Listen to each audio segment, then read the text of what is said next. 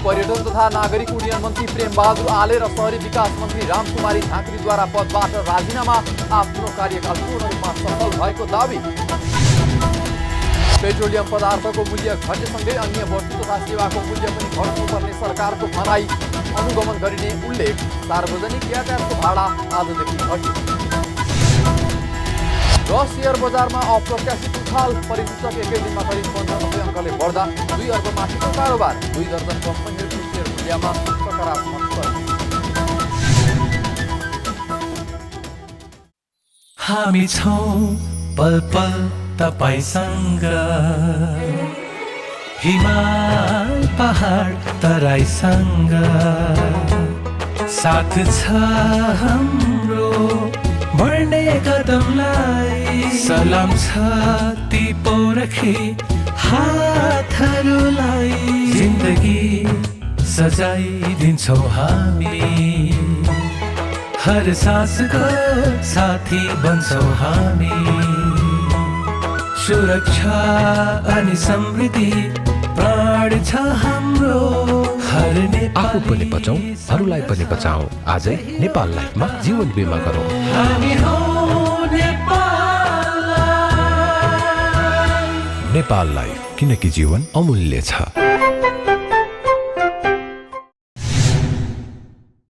नमस्कार, कारोबार समाचारमा स्वागत छ। अब समाचार विस्तारमा। संस्कृति पर्यटन तथा नागरिक उड्डयन मन्त्री प्रेम बहादुर आले र शहरी विकास मन्त्री रामकुमारी झाँक्रीले राजीनामा दिनुभएको छ।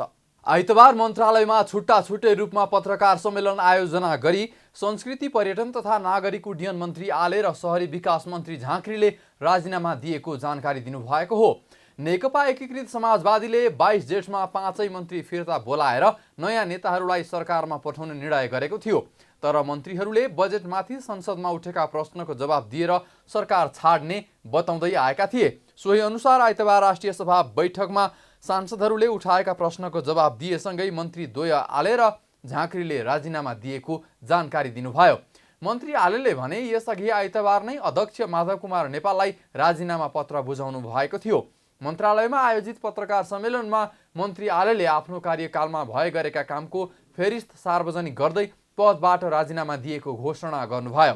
राजीनामा घोषणा गर्दै मन्त्री आलेले आफूले गरेको कामको आफैलाई 90 अङ्क दिँदै मन्त्रालय सम्हालेको 263 दिन बितेको पत्तो नै नपाएको बताउनुभयो। उहाँले आफू एक्सनमा विश्वास गर्ने बताउँदै पर्यटन बोर्ड, वायु सेवा निगमका पदाधिकारी, नारायण हिटी, पशुपति लगायतका क्षेत्रमा गलत गर्नेलाई कारबाही गरेको बताउनुभयो। उहाँले त्यहाँबाट हटाउँदा आफूलाई अन्तर्राष्ट्रिय शक्ति केन्द्रको दबावका साथै आर्थिक प्रलोभन पनि आएको र आफूले त्यसलाई अस्वीकार गरेको पनि जिकिर गर्नुभयो। मलाई यदि कसैले तपाईका कामबाट कति सन्तुष्ट हुनुहुन्छ भनेर पत्रकार साथीहरूले सोध्नुभयो भने मेरो उत्तर हुनेछ 90%। मैले यो अवधिमा 90% अङ्क ल्याएको ठानेको छु। बाँकी जनताले मूल्याङ्कन गर्दै नै छन्। त्यसैले होला तेस्रो पटक मन्त्रीका हैसियतमा पर्यटन मन्त्रालय सम्हाल्दा मैले स्वदेश विदेशबाट आम नेपालीले एक्सन मन्त्री उपमा दिएको सुनिरहे। यसले मलाई सधैँ ऊर्जा प्रदान गरिरह्यो। मैले आएको दिन असोज 22 गते यसै हलमा आयोजित स्वागत समारोहमा साँझमा भनेको थिएँ, मेरो अघि पछि लागेर मलाई खुसी पार्न नखोज्नुहोला। नभन्दै त्यस्तै अनुभव भयो। कारबाही गरेको यहाँहरूले विभिन्न माध्यमबाट जानकारी पाउनु नै भएको होला।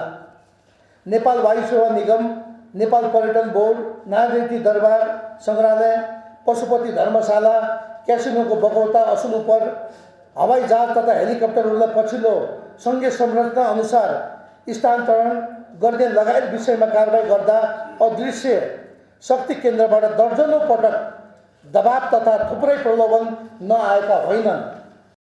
मन्त्री आलेले पार्टीका नेताको प्रेसरले नराम्रा मान्छेलाई पनि नियुक्ति दिनु परेको गुनासो पनि गर्नुभएको छ।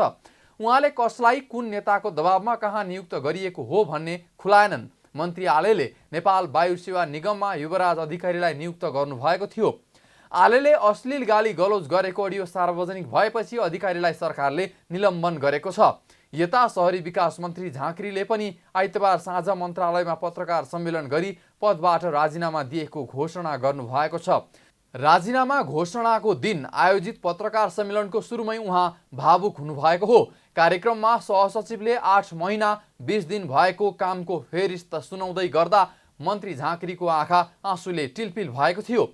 मन्त्री झाँक्रीले टिस्यु पेपरले आँसु समेत पुछ्नु भएको थियो। मेरो बानी आर्यघाट गएँ कसैलाई बिदाई गर्न भने पनि त्यो दिनभरि डिस्टर्ब हुन्छ र म त्यो घर तुरुन्तै फर्किन्न, त्यस्तो स्वभाव हो मेरो। त्यही भएर अहिले केशवले भने जस्तो हामी पार्टीबाट निर्णय भएर आएकै हो। अनि साथीभाइहरूले अलि 6 महिना 5 महिनाको काउन्टडाउन सुरु गरे भन्ने पनि थाहा भएपछि पहिले नै गएर पार्टी अध्यक्षलाई हामीले भनेका थियौँ कि यो मिडियाबाट थाहा पायो भने रमाइलो हुँदैन, हामीलाई अलिअलि इन्फर्म गर्नुभयो भने चाहिँ हामीले पहिले वातावरण बनाएर आज जस्तै यसरी छोड्छौँ भन्ने कुरा चाहिँ गरेका थियौँ। त्यो चाहिँ चैततिरै हो, किनभने त्यो एमसिसीमा गठबन्धन के हुन्छ कसो हुन्छ भन्नेबाट त स्टेजबाट गुज्रेको थियौँ। त्यसपछि केही मन्त्री बनाउनेहरूले र बन्नेहरूले तपाईँहरूले शपथ खाएको कहिले हो रे भनेर फोन गरे। अनि असोज कहिले अरे असोज कार्तिक कता हो भन्ने यस्तै जवाफ दियो। असोज कति गते रे भनेपछि 22 गते भन्नु पऱ्यो नि। असोज कार्तिक यहीँबाट कि असोज कार्तिक मङ्सिर भनेर गन्या थाहा भएपछि साथीहरूले काउन्टडाउन सुरु गरेछन् भन्ने भयो। त्यसपछि हामीले ओके त्यो त पार्टीले नै गर्ने निर्णय हो, केही छैन त्यसमा, तर हामीले प्रिभियसली अलिकति जानकारी भयो भने इन्भाइरोमेन्ट बनाएर छोड्छौँ भन्ने कुरा पहिले भनेका थियौँ। एकीकृत समाजवादीबाट सरकारमा 5 जना मन्त्री सहभागी छन्, जसमा विरोध खतिवडाले स्वास्थ्य तथा जनसङ्ख्या मन्त्रालय सम्हाल्दै आउनु भएको छ भने कृष्ण कुमार श्रेष्ठले श्रम रोजगार तथा सामाजिक सुरक्षा मन्त्रालय सम्हाल्दै आउनु भएको छ। यस्तै स्वास्थ्य राज्य मन्त्रीमा भवानी खापुङ हुनुहुन्छ। खापुङ अब विस्तार हुने मन्त्री परिषदमा स्वास्थ्य तथा जनसङ्ख्या मन्त्रालय बन्ने प्राय निश्चित नै छ। खतिवडा र श्रेष्ठले भने हालसम्म मन्त्री पदबाट राजीनामा दिनुभएको छैन। उद्योग वाणिज्य तथा आपूर्ति मन्त्री दिलेन्द्र प्रसाद बडुले पेट्रोलियम पदार्थको मूल्य घटेसँगै अन्य वस्तु तथा सेवाको मूल्य पनि घट्नुपर्ने बताउनु भएको छ। प्रतिनिधि सभाको आइतबारको बैठकमा सार्वजनिक महत्त्वको विषयमा वक्तव्य दिँदै मन्त्री बडुले पेट्रोलियम पदार्थको मूल्य घटेसँगै अन्य वस्तु र सेवामा पनि मूल्य घट्नु आवश्यक रहेको बताउनु भएको हो। उहाँले बजारमा विभिन्न वस्तु तथा सेवाको मूल्य घटे नघटेको सन्दर्भमा विषयगत मन्त्रालय र नियामक निकायहरूले आफ्नो क्षेत्रबाट र संयुक्त रूपमा अनुगमन गर्ने बताउनुभयो। उहाँले असार 12 गतेदेखि लागू हुने गरी पेट्रोलमा प्रति लिटर 179 रुपैयाँबाट 20 रुपैयाँ घटाई 179 रुपैयाँ र डिजेलमा प्रति लिटर 192 रुपैयाँबाट 29 रुपैयाँ घटाई 163 रुपैयाँ मूल्य कायम गरिएको जानकारी पनि गराउनुभयो।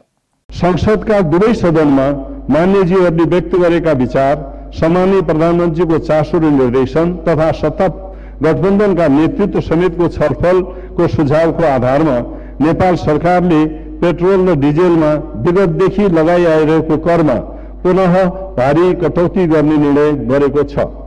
सोही आधारमा नेपाल आयल निगम सञ्चालक समितिले आजै मिति 2079 असाढ 12 गतेदेखि लागू हुने गरी प्रति लिटर पेट्रोलमा रु 179बाट रु 20 घटाई रु 179 र डिजेलमा प्रति लिटर रु 192बाट रु 29 घटाई रु 163 मूल्य कायम गरेको छ।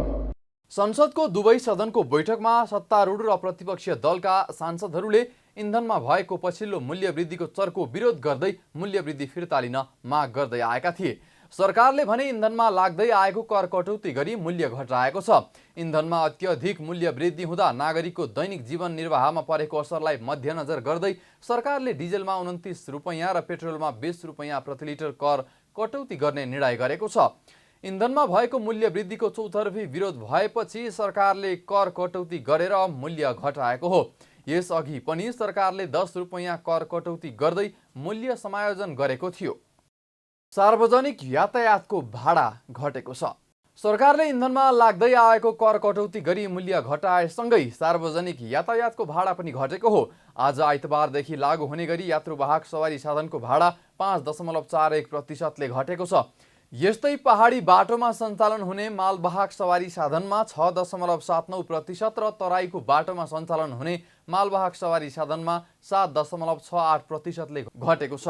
सरकारले इन्धनमा लाग्दै आएको कर कटौती गरी पेट्रोलमा प्रति लिटर 20 रुपैयाँ र डिजेलमा प्रति लिटर 29 रुपैयाँ मूल्य घटाउने निर्णय गरेको छ। मूल्य घटेसँगै पेट्रोल 179 रुपैयाँ लिटर र डिजेल 163 रुपैयाँ प्रति लिटर कायम भएको छ। घटेको भाडा 2 वा सोभन्दा बढी प्रवेश भई सञ्चालन हुने राष्ट्रिय रुटमा लागू हुनेछ। स्थानीय रुटमा सञ्चालन हुने रुटका लागि प्रदेश सरकारले निर्णय गर्ने व्यवस्था छ। इन्धनको बजार मूल्य 5% वा सोभन्दा बढेमा वा घटेमा वैज्ञानिक भाडा समायोजन प्रणाली अनुसार स्वचालित रूपमा बढ्ने वा घट्ने व्यवस्था अनुसार मूल्य समायोजन गरिएको हो। हाल पछिल्लो समायोजनमा आधार लिएको मूल्यभन्दा 15.10% घटेको छ। यसअघि यात्रुवाहक सार्वजनिक सवारी साधनमा 5.30% भाडा बढेको थियो। प्रमुख प्रतिपक्षी दलका सांसदहरूले तत्काल विद्यालयमा पाठ्यपुस्तक उपलब्ध गराउन सरकारसँग पुनः माग गरेका छन्। आइतबार बसेको प्रतिनिधि सभा बैठकको विशेष समयमा बोल्दै नेकपा एमाले सांसद योगेश भट्टराईले प्रदेश स्तरमा 30% पनि पाठ्यपुस्तक नपुगेको भन्दै तत्काल पुस्तक उपलब्ध गराउन सरकारको ध्यान आकर्षण गराउनुभयो। उहाँले काठमाडौँ उपत्यकाभित्रका विद्यालयमा समेत पाठ्यपुस्तक पुग्न नसकेको जिकिर गर्दै मुलुकभरका विद्यालयमा पाठ्यपुस्तक पुग्न नसक्दा 80 लाख विद्यार्थीहरू अध्ययन तथा अध्यापनबाट वञ्चित भएको बताउनुभयो। उहाँले संसदमा शिक्षा मन्त्रीले 15 दिनमै पाठ्यपुस्तक पुर्याउन प्रतिबद्धता जनाए पनि अहिलेसम्म 30% भन्दा बढी पाठ्यपुस्तक विद्यालयमा पुर्याउने काम नभएको बताउनुभयो। सांसद भट्टराईले अब केही समयमा विद्यालयहरूमा पहिलो त्रैमासिक परीक्षा हुनुपर्ने भए पनि अहिलेसम्म पाठ्यपुस्तक नपुगेर अध्ययन अध्यापन सुरु नभएको कारण परीक्षाको प्रश्न र मूल्याङ्कन गर्न समेत समस्या देखिएको बताउनुभयो। अधिकांश स्कुलमा 6 कक्षा 8 कक्षाका पाठ्यपुस्तकहरू पुगेका छैनन् सभामुख महोदय। अब छिटै नै प्रथम त्रैमासिक परीक्षा हुँदैछ। त्यो प्रथम त्रैमासिक परीक्षामा विद्यार्थीहरूले के आधारमा परीक्षामा उनीहरू सामेल हुन्छन् र कसरी उत्तर लेख्छन् र त्यो उत्तर लेखेको उत्तर पुस्तिका कसरी जाँचिन्छ, यो गम्भीर समस्या सभामुख महोदय मार्फत म ध्यान आकर्षण गर्न चाहन्छु। विनियोजन शीर्षकमाथिको जवाफ दिँदा 15 दिन भन्नुभएको थियो, आज 14 दिन हो, भोलि 15 दिन हुँदैछ। आजसम्म पनि प्रदेश वाइज रूपमा भन्ने हो भने औसत रूपमा 25 देखि 30% सक्यो सभामुख महोदय। 25 देखि 30% पाठ्यपुस्तक पुगेका छैनन्। त्यसकारणले म सभामुख महोदय मार्फत यस विषयमा सभामुखको पनि गम्भीर ध्यान आकर्षण होस् र नेपाल सरकारलाई सभामुखले समेत आवश्यक निर्देशन गर्नको निम्ति म गम्भीर ध्यान आकर्षण गर्दछु।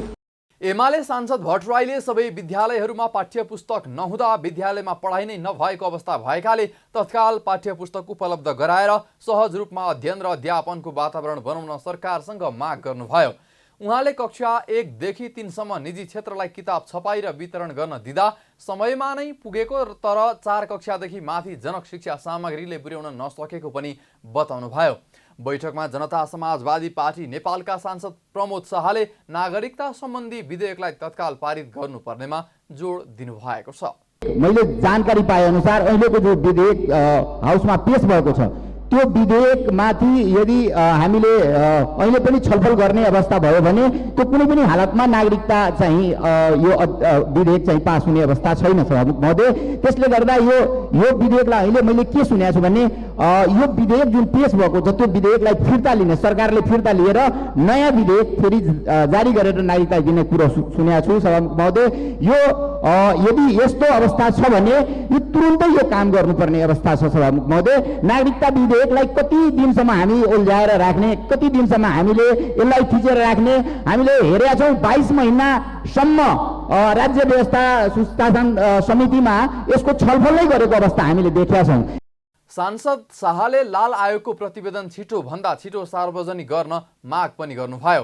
बैठकमा राष्ट्रिय जनमोर्चाकी सांसद दुर्गा पौडेलले विदेशमा रहेका नेपालीहरूलाई मतदानको अधिकार दिन सरकारले ठोस कदम चाल्नुपर्ने बताउनुभयो। उहाँले विदेशमा रहेका नेपाली नागरिकलाई मतदानको अधिकार दिन ऐन नै बनाउनु पर्नेमा जोड दिनुभयो। उहाँले आउँदो निर्वाचनमै मतदान गर्न पाउने गरी व्यवस्था गर्न सरकारसँग माग पनि गर्नुभयो। प्रवासी नेपालीहरूलाई मतदानको अधिकार दिनको निम्ति सरकारले ठोस कदम चाल्नुपर्ने आवश्यकता देखिन्छ। त्यसको निम्ति ऐन नै बनाएर जानुपर्ने, त्यो पनि आवश्यकता देखिन्छ। हामीले आउने निर्वाचनमा आगामी निर्वाचनमा प्रवासी नेपालीहरूलाई मतदानको अधिकारको निम्ति सरकारले व्यवस्था गरेर जानुपर्छ भन्ने हाम्रो सरकारसँग सामान्य सभामुख मार्फत गम्भीर माग छ। बैठकमा नेपाली कांग्रेसकी सांसद पुष्पा भुसालले भने आगामी संघ र प्रदेश सभाको निर्वाचनमा प्रत्यक्षतर्फ कम्तीमा 33% महिला उम्मेद्वार बनाउन सरकारसँग माग गर्नुभयो। उहाँले स्थानीय तहको निर्वाचनमा गठबन्धन दलले 33% महिला उम्मेद्वार बनाउन नसकेको भन्दै संविधानले व्यवस्था गरेको समानुपातिक समावेशितालाई सरकारले लागू गर्नुपर्ने बताउनुभयो। आजको यस निवेदनमा गर्न चाहन्छु, अबको निर्वाचनमा प्रदेश र केन्द्रको निर्वाचनमा हामी दिगो विकास लक्ष्यको मान्यता राखेर विभिन्न अन्तर्राष्ट्रिय अभिसन्धिहरू समावेशी लोकतन्त्रको उपलब्धिलाई साकार रूपबाट ल्याउनको लागि र हाम्रो संविधानको मौलिक हकमा पनि महिलाहरूबाट प्राप्त भएको यो उपलब्धिलाई कार्यान्वयन गर्नको लागि अबको निर्वाचनको केन्द्रको प्रतिनिधि सभाको र प्रदेशको निर्वाचनको प्रत्यक्ष निर्वाचनतर्फ समानुपातिक समावेशी प्रतिनिधित्वको लागि 50% स्थानलाई सुनिश्चितता गर्नको लागि अबको निर्वाचनमा कम्तीमा 33% महिला उम्मेद्वार खडा गर्नुपर्ने व्यवस्थाको लागि सभामुख महोदय म सभामुख मार्फत म नेपाल सरकारको गम्भीर ध्यान आकर्षण गराउन चाहन्छु। सांसद भुसालले संघ र प्रदेशको निर्वाचनमा दिगो विकास लक्ष्यको मान्यता राखेर अन्तर्राष्ट्रिय सन्धिहरू समावेशी उपलब्धिलाई साकार रूपबाट ल्याउनका लागि र संविधानको मौलिक हकमा कार्यान्वयन गर्नको लागि भए पनि लागू हुनुपर्ने दाबी गर्नुभयो। प्रतिनिधि सभा बैठकमा गणपूरक संख्या नपुगेका कारण मन्त्रीले राखेको प्रस्ताव पारित हुन सकेन। प्रतिनिधि सभामा गणपूरक संख्या नपुगेका कारण कानुन न्याय तथा संसदीय मामिला मन्त्री गोविन्द प्रसाद शर्मा कोइरालाले राखेको नीति अनुसन्धान प्रतिष्ठान विधेयक 2076 माथि विचार गरियोस् भन्ने प्रस्ताव पारित हुन नसकेको हो। सभामुख अग्निप्रसाद सापकोटाले नीति अनुसन्धान प्रतिष्ठान विधेयक 2076 माथि विचार गरियोस् भन्ने प्रस्तावलाई निर्णयार्थ प्रस्तुत गर्न लागेपछि प्रमुख प्रतिपक्षी दल नेकपा एमालेका सांसद झपट रावलले प्रतिनिधि सभा सदस्यको गणपूरक संख्या नपुगेको र यस्तो अवस्थामा प्रस्ताव पारित गर्दा नियमावली विपरीत हुने भन्दै निर्णयार्थ पेश गर्नु अघि गणपूरक संख्या गणना गर्न माग गर्नुभएको थियो। लगत्तै सभामुख सापकोटाले प्रतिनिधि सभा सदस्यहरूको गणपूरक संख्या गणना गर्न सांसद सचिवालयलाई निर्देशन दिनुभएको थियो। गणपूरक संख्या गणना हुँदा प्रस्तावलाई निर्णयार्थ पेश गर्न 69 जना प्रतिनिधि सभा सदस्य हुनुपर्नेमा 63 जना मात्रै सदस्यहरूको उपस्थिति देखिएकाले गणपूरक संख्या अपुग भएको भन्दै सभामुखले आधा घण्टाका लागि बैठक स्थगित गर्नुभएको थियो। मान्य सदस्यहरू, नेपालको संविधानको धारा 94 बमोजिम कुनै पनि प्रश्न वा प्रस्ताव निर्णयार्थ पेश गर्न प्रतिनिधि सभाको 1/4 सदस्य उपस्थित हुनुपर्नेमा 3 मिनट घन्टी बजाई गणपूरक संख्या 1 गर्दा हाल यो प्रस्ताव निर्णयार्थ पेश गर्न गणपूरक संख्या 69 हुनुपर्नेमा हाल मान्य सदस्यहरूको संख्या 63 भएकोले उक्त गणपूरक संख्या नपुग भएको देखिएकोले यो बैठक आजै आधा घण्टाको लागि स्थगित हुन्छ। प्रतिनिधि सभा बैठकमा प्रतिनिधि सभा सदस्यहरू पूरा समय नबस्ने गरेको विषयमा विभिन्न समयमा आलोचना हुँदै आएको छ। साताको पहिलो कारोबारको दिन शेयर बजार उच्च अङ्कले वृद्धि भएको छ। आइतबार शेयर बजार मापन गर्ने नेप्से परिसूचक 94.92 अङ्कले बढेर 1956.98 अङ्कमा पुगेको हो। आज शेयर बजार अघिल्लो दिनको तुलनामा 5.10% ले बढेको छ। आइतबार कारोबारमा आएका 230 कम्पनीको 63,63,000 किता शेयर 2,19,61,41,000 रुपैयाँ बराबरमा खरिद बिक्री भएको छ। आइतबार नेप्से परिसूचकसँगै कारोबार रकममा समेत सुधार भएको छ। अघिल्ला कारोबारहरूमा 1 अर्ब बराबरको कारोबार हुँदै आएको थियो। नेप्सेका 13वटै उपसमूहको परिसूचक उच्च रूपमा बढेका छन्, जसमध्ये लगानी उपसमूहको परिसूचक सबैभन्दा धेरै 8.87% ले बढेको छ। त्यस्तै विकास बैंक उपसमूहको परिसूचक 8.30% ले बढेको छ। जलविद्युत, वित्त, अन्य र व्यापार समूहको परिसूचक 7% भन्दा बढी र लघुवित्त र होटल तथा पर्यटन उपसमूहको परिसूचक 5% भन्दा बढी बढेको छ। आइतबार कारोबारमा आएका 230 कम्पनी मध्ये 223 कम्पनीको शेयर मूल्य बढेको छ, जसमा 2 दर्जन कम्पनीहरूको शेयर मूल्य सकारात्मक सर्किट लेभलमा कारोबार भएको छ। आइतबार कारोबारको आधारमा कुमारी बैंक अग्रस्थानमा रहेको छ। बैंकको 8,64,38,000 बढीको कारोबार भएको छ। हिमालयन डिस्टिलरी र म्यादी ग्रुप पावरको 8 करोडभन्दा बढीको सेयर खरिद बिक्री भएको छ। शिक्षा, विज्ञान तथा प्रविधि मन्त्री देवेन्द्र पौडेलले कक्षा 8 सम्मको दिवा खाजाका लागि अर्थ मन्त्रालयले बजेट नदिएको गुनासो गर्नुभएको छ। आइतबार राष्ट्रिय सभाको बैठकमा विनियोजन विधेयक 2079 अन्तर्गत सांसदहरूले उठाएका प्रश्नको जवाफ दिँदै शिक्षा मन्त्री पौडेलले यस्तो बताउनु भएको हो। उहाँले मन्त्रालयले कक्षा 8 सम्म नै दिवा खाजाको व्यवस्था माग गरेर अर्थ मन्त्रालयलाई पठाएको बताउनुभयो। मन्त्री पौडेलले सरकारको आगामी आर्थिक वर्षका लागि प्रस्तुत गरेको नीति तथा कार्यक्रममा कक्षा 8 सम्म दिवा खाजा पुर्याउने भने पनि बजेट प्रस्तुत हुँदा कक्षा 8 सम्म पुर्याउने गरी भन्ने भाषाको प्रयोग गरिएको बताउनुभयो। उहाँले यो गल्ती मन्त्रालयको तर्फबाट नभएको उल्लेख गर्दै यस प्रकारका सबै त्रुटिहरू सच्याउन आवश्यक रहेको बताउनुभयो। दिवा खाजा हामीले 8 कक्षासम्म नै भनेर पठाएका थियौँ। अब 6 सम्म थपिएर आएको हुँदाखेरि खुसी व्यक्त गर्छु मैले, तर 8 कक्षासम्म हामीले गरेको प्रस्ताव आएन। अब अर्थ मन्त्रालयले पनि बजेट कमी भयो भनेर उहाँहरूले भन्नुभएको छ। नीति कार्यक्रममा आयो, बजेटमा यो आएन। बजेटमा के भाषामा आयो भने सायद मान्यज्यूले सुन्नुभयो, बजेटमा चाहिँ 8 सम्म पुर्याउने गरी हाललाई यो वर्ष 6 भनेर आयो, 6 चाहिँ लागू गरिनेछ भनेर आएको हुँदाखेरि अब यो मन्त्रालयको तर्फबाट भएको त्रुटि भन्दा पनि यस प्रकारका त्रुटिहरू चाहिँ समग्र सच्याउनुपर्छ भन्ने कुरा जायज छ। मैले यति कुरा यसमा राख्न चाहेँ। मन्त्री पौडेलले शिक्षा सम्बन्धी हरेक कुराहरू डिजिटल बनाउन मन्त्रालय प्रतिबद्ध रहेको बताउनुभयो। उहाँले सबै क्षेत्रमा पेपरलेस प्रविधि अघि बढाउने कुरा मन्त्रालयको प्राथमिकतामा रहेको बताउनुभयो। गृहमन्त्री बालकृष्ण खाँडले लागू पदार्थको दुर्व्यसनबाट युवालाई बचाउनु सबैको दायित्व भएको बताउनु भएको छ। लागू औषध दुरुपयोग तथा ओसार पोसार विरुद्धको अन्तर्राष्ट्रिय दिवसका अवसरमा आइतबार काठमाडौँमा आयोजित कार्यक्रमलाई सम्बोधन गर्दै युवाको सुरक्षित भविष्य र आम नागरिकको जीवन रक्षा गर्न सरकार प्रतिबद्ध रहेको बताउनुभयो। लागू पदार्थको दुर्व्यसनका कारणले समाजलाई गम्भीर असर पारेको र त्यो असर सबैभन्दा बढी युवा पुस्तामा परिरहेको तर्फ सचेत हुन उहाँले सबैमा अनुरोध गर्नुभयो। उहाँले युवा पुस्ताको भविष्य सुन्दर बनाउन सरकारले आगामी दिनमा चेतनामूलक कार्यक्रमका साथै पाठ्य पुस्तकमा लागू औषध दुर्व्यसनका असरका बारेमा विषयवस्तु समावेश गरेर विद्यार्थीलाई बेलैमा जानकारी गराउनुपर्ने तथा दुर्व्यसनीमा फँसेका युवाहरूलाई सुधार्न अभियान थाल्नुपर्ने आवश्यकता रहेको पनि औल्याउनुभयो। लागू पदार्थको दुर्व्यसनका कारणले समाजलाई गम्भीर प्रभाव पारेको छ। लागू पदार्थसँग सम्बन्धित अपराध झन्नै 8% भन्दा बढी पुगिसकेका छ र 6000 भन्दा बढी लागू पदार्थको अपराधमा दोषी भएका बन्दीहरू कारागारमा हुनुहुन्छ र यो दिनानुदिन बढ्दै गइरहेको छ।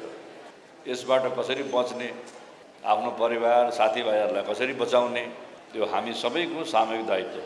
सबैभन्दा गम्भीर प्रभाव युवा पुस्तामा परिरहेको छ।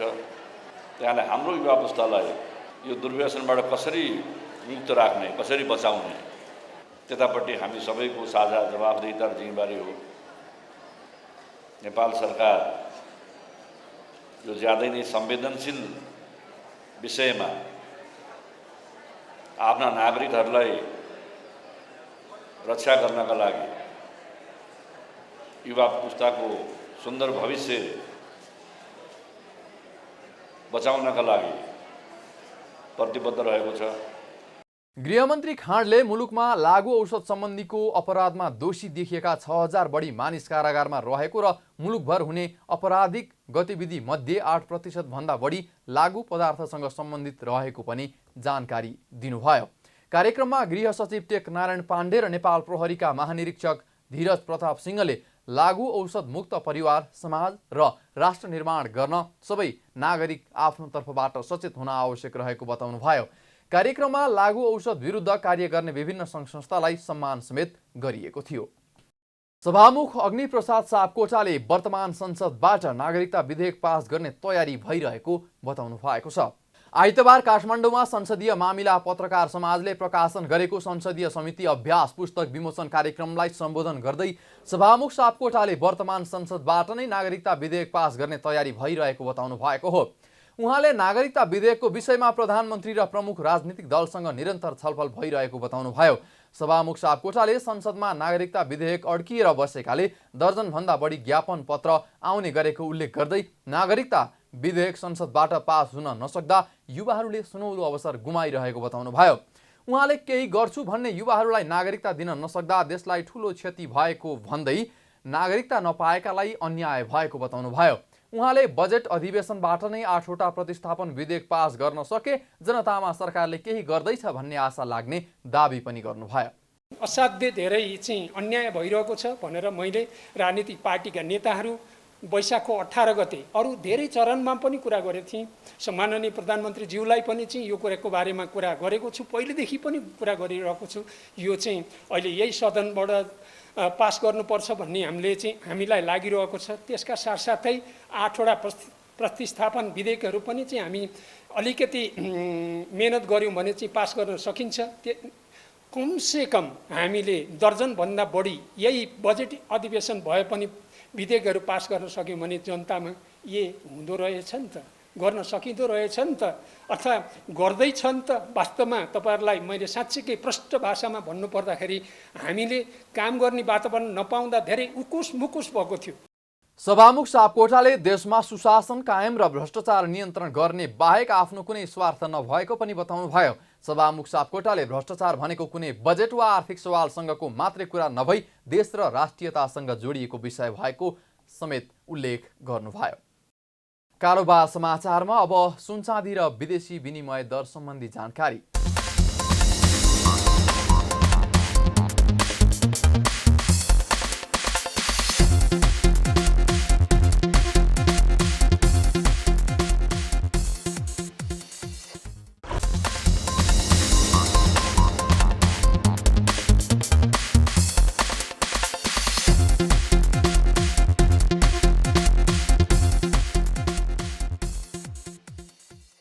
विदा हुनु अघि अहिलेसम्मका प्रमुख समाचार फेरि एकपटक। संस्कृति पर्यटन तथा नागरिक उड्डयन मन्त्री प्रेमबहादुर आले र शहरी विकास मन्त्री रामकुमारी झाँक्रीद्वारा पदबाट राजीनामा, आफ्नो कार्यकाल पूर्ण रूपमा सफल भएको दावी। पेट्रोलियम पदार्थको मूल्य घटेसँगै अन्य वस्तु तथा सेवाको मूल्य पनि घट्नुपर्ने सरकारको भनाई, अनुगमन गरिने उल्लेख। सार्वजनिक यातायातको भाडा आजदेखि घट्यो। र शेयर बजारमा अप्रत्याशित उछाल, परिसूचक एकै दिनमा करिब 95 अङ्कले बढ्दा 2 अर्ब माथिको कारोबार। 2 दर्जन कम्पनीहरूको शेयर मूल्यमा सकारात्मक परिवर्तन। कारोबार समाचार सकियो। हामीलाई बिदा दिनुहोस्। नमस्कार।